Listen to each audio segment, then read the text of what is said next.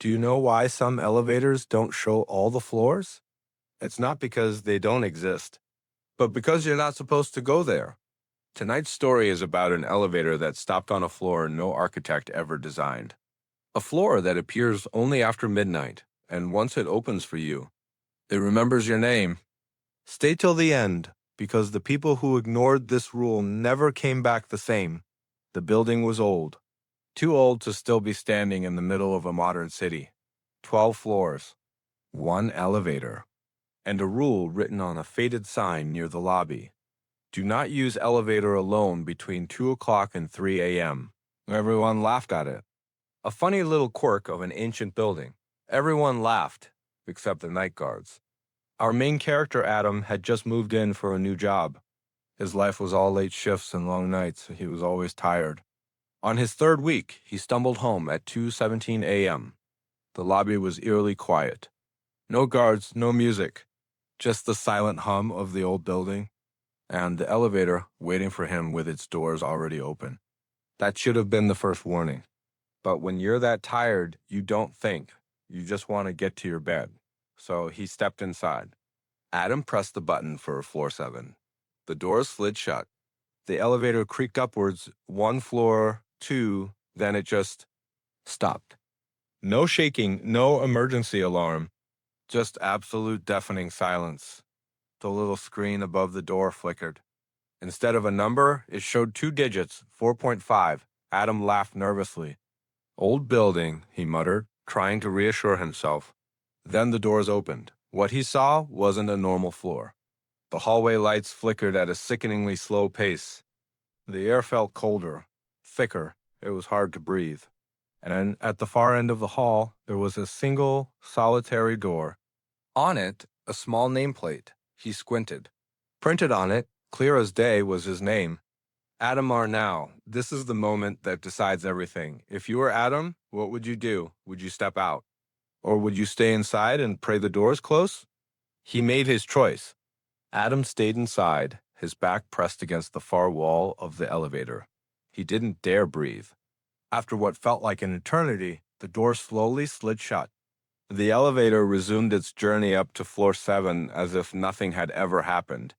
When Adam got to his apartment, he couldn't shake the feeling. The next morning, fueled by a mix of fear and curiosity, he asked to see the hallway camera footage. The security guard shrugged and played it back. There was Adam getting in the elevator on the ground floor. The camera on floor 3 showed the elevator passing. Then, the camera on floor 7 showed it arriving. There was no stop.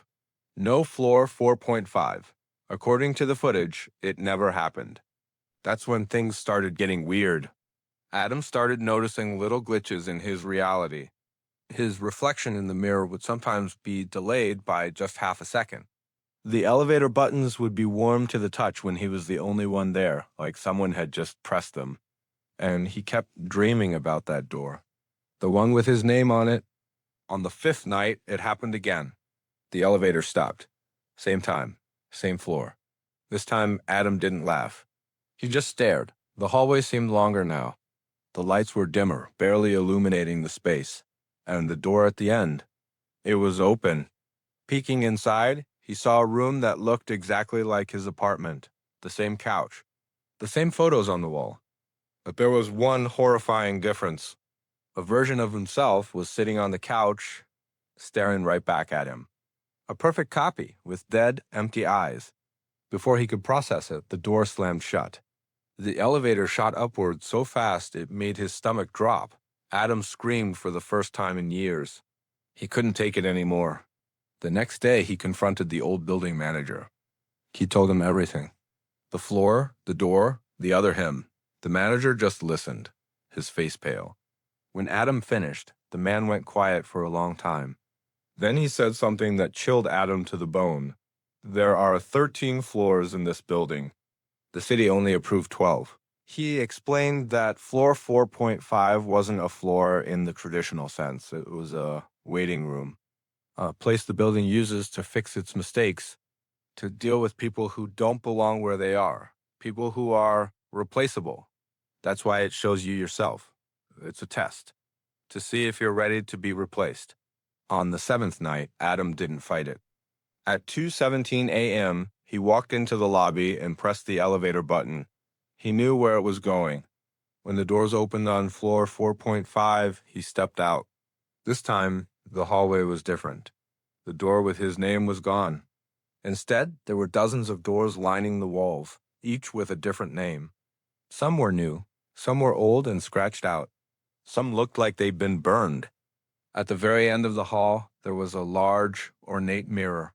Adam walked towards it, his footsteps echoing in the silence. He looked at his reflection.